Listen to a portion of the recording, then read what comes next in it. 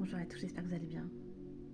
Aujourd'hui, on prône l'apparence et on est dans une société finalement qui cherche une perfection illusoire et qui en oublie de se pencher sur elle-même pour comprendre ses dysfonctionnements et en rétablir l'origine pour pouvoir les guérir. On est dans un système finalement qui est basé sur un algorithme qui va décider de qui vous êtes, de qui vous pouvez devenir et de l'image finalement que les réseaux transcriront de vous-même. Et dans cette course finalement à l'imaginaire, à l'illusoire, on en perd notre vraie nature, ce qu'on est vraiment à l'intérieur, sans filtre et ce qui se cache vraiment au cœur de notre âme et notre cœur. Nous sommes dans un système finalement qui est la recherche de qui sera le plus fort, le plus puissant, le plus valeureux, le plus fort.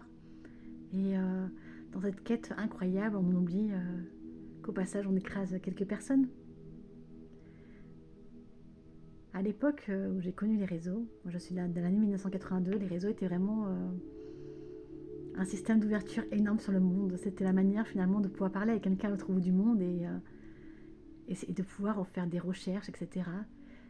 Il n'y avait pas tout cela comme on peut voir aujourd'hui. On était plus dans l'appréciation finalement d'un système nouveau qui va nous permettre d'élargir les horizons. Et aujourd'hui on est dans un système qui finalement nous enferme sur nous-mêmes, qui nous plonge dans le microcosme et on a du mal à s'en sortir. Finalement, ce qui est important, c'est ce qui restera de nous à la fin. Et c'est pas ce qu'on montrera sur les réseaux ou l'image que les gens rendent de nous. Donc je pense que plus jamais il est important d'être authentique, d'être libre et intense et de l'être, je dirais, dans sa plus intime perfection, vraiment. C'est important. C'est important d'accepter finalement de ne pas coller à un stéréotype sans illusion et de se caler à nous-mêmes, même si le reflet dans le miroir nous plaît pas toujours.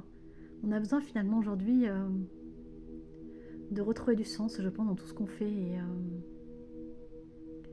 et les réseaux ne devraient plus être une addiction, mais devraient être un moyen finalement d'élargir nos horizons, mais pas nous enfermer dans quelque chose qui n'est pas nous. La vie, elle est en dehors de vos écrans, elle n'est pas à l'intérieur. Et des fois, on passe tellement notre vie à scroller qu'on en oublie finalement que la vie se passe dehors et surtout qu'elle se passe à l'intérieur de nous en fait. On ne peut pas privilégier finalement l'intensité des réseaux, l'adrénaline des réseaux à ce qu'on a pu faire à côté de nous, à notre famille, à nos amis, nos compagnes ou nos compagnons. La vie finalement, c'est regarder l'autre en face et apprécier ce qu'il est malgré ses failles, ses blessures et